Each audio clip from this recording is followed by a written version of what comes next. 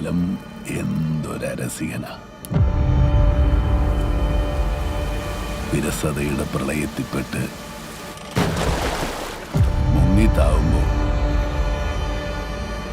പൈതളി തന്നെയാ നല്ലത്.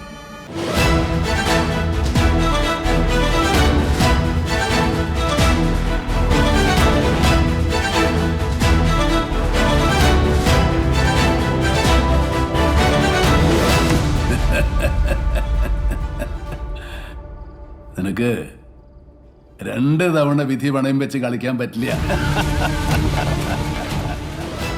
സംസ്ഥാന ചലച്ചിത്ര അവാർഡ് മഞ്ഞുമ്മൽ ബോയ്സ് സ്വന്തമാക്കിയപ്പോൾ വിവാദം ജൂറി ചെയർമാൻ പ്രകാശ് രാജ് സ്വന്തം അക്കൗണ്ടിലാക്കി. മികച്ച നടനുള്ള പുരസ്കാരം മമ്മൂട്ടിക്ക് നൽകിയ ജൂറി ദേശീയ അവാർഡിനെ പരിഹസിച്ചതാണ് വിവാദമായത്.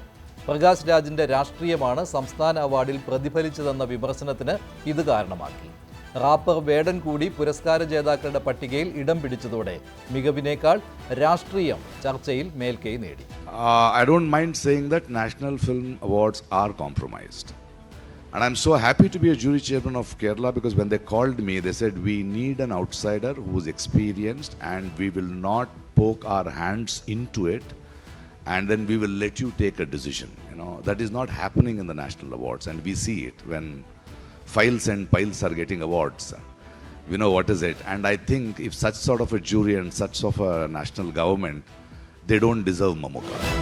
മമ്മൂട്ടിയെ ദേശീയ അവാർഡ് അർഹിക്കുന്നില്ല എന്ന് സംസ്ഥാന ജൂറി ചെയർമാൻ പറഞ്ഞത് ദേശീയ അവാർഡ് ജൂറി രാഷ്ട്രീയമായാണ് അവാർഡുകൾ തീരുമാനിക്കുന്നത് എന്ന ഉദ്ദേശത്തിലാണ്.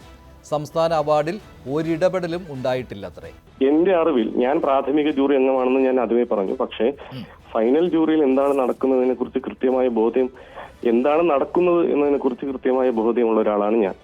പക്ഷെ ഒരു തരത്തിലും ചലച്ചിത്ര അക്കാദമിയുടെ ഭാഗത്തു നിന്നോ അല്ലെങ്കിൽ ഗവൺമെന്റിന്റെ ഭാഗത്തു നിന്നോ മറ്റേതെങ്കിലും ഭാഗത്തു നിന്നോ യാതൊരു തരത്തിലുള്ള സ്വാധീനമോ ഒന്നും ഉണ്ടായിട്ടില്ല. ശരിയാണ്, അവാർഡ് നൈറ്റ് നടത്താൻ പാകത്തിൽ താരനിബിഡമായിരിക്കുകയാണ് അവാർഡ് വിതരണ ചടങ്ങ്. എല്ലാവരെയും പരിഗണിച്ചു. മികച്ച നടന്മാരുടെ പട്ടികയിലുണ്ടായിരുന്നവരിൽ വിജയരാഘവൻ ഒഴികെ എല്ലാവർക്കും പുരസ്കാരം. ടൊവിനോ തോമസ്, ആസിഫ് അലി, സൗബീൻ ഷാഹിർ, സിദ്ധാർത്ഥ് ഭരതൻ. നടന്മാരുടെ പട്ടിക ഇങ്ങനെ: ഷംല ഹംസ മികച്ച നടി, ജ്യോതിർമയി, ദർശന രാജേന്ദ്രൻ, ലിജോമോൾ എന്നിവർക്കും പുരസ്കാരം. മഞ്ഞുമ്മൽ ബോയ്സും ഫെമിനിച്ചി ഫാത്തിമയും അവാർഡുകൾ വാരിക്കൂട്ടി. ബാലതാരത്തെ മാത്രം അവാർഡ് ജൂറി കണ്ടില്ല. കുട്ടികൾക്കായുള്ള സിനിമ ഇല്ലത്രേ. ഇതും വിവാദമായി. 4 സിനിമകൾ ഈ വർഷത്തെ അവാർഡിന് വേണ്ടി വന്നിരുന്നു. 2 സിനിമകൾ അവസാന ലാപ്പിലേക്ക് എത്തി. അത് ലാസ്റ്റ് പരിഗണനയ്ക്ക് വേണ്ടി എത്തി. ഒരു അവാർഡ് കൊടുക്കാൻ പറ്റുന്ന പാകത്തിലേക്ക് ആ സിനിമ എത്തിയില്ല എന്ന ഒരു വിലയിരുത്തൽ നടത്തുകയും അവര് അതിനെ സംബന്ധിച്ചിടത്തോളം ഖേദപ്രകടനം നടത്തിയിരിക്കുന്നത്. അതുകൊണ്ട് ഞാനൊരു കാര്യം വ്യക്തമായി പറയാം. നമ്മളിപ്പോൾ SC/ST പ്രൊമോഷൻ കൊടുത്ത പോലെ, സ്ത്രീകൾക്ക് പ്രൊമോഷൻ കൊടുത്ത പോലെ ക്രിയേറ്റീവായിട്ടുള്ള സിനിമകൾ വന്നാൽ ആ സിനിമയെ ഗവൺമെന്റ് കൂടി വേണ്ടി വന്നാൽ സപ്പോർട്ട് ചെയ്ത് അടുത്ത ഒരു അവാർഡ് ദാനം വരുമ്പോൾ കുട്ടികളുടെ സിനിമ അവർക്ക് അവാർഡ് കിട്ടുന്ന തരത്തിലേക്ക് മാറ്റിയെടുക്കാനേ നമുക്ക് ഇനി കഴിയും. ബാലതാരങ്ങളുടെ കാര്യമാണ് ഞാൻ പറഞ്ഞത്.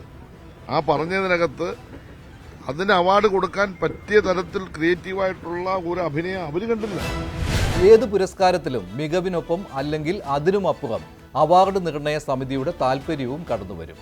എത്ര ഇല്ലെന്ന് പറഞ്ഞാലും ഇത്തവണത്തെ പുരസ്കാരവും അത്രയൊക്കെ തന്നെ. പുരസ്കാരം കിട്ടിയവർ പ്രതിഭകളാണെന്നതിൽ സംശയമില്ല. എന്നുവെച്ച് കിട്ടാതെ പോയവർ അല്ലെന്നുമല്ല.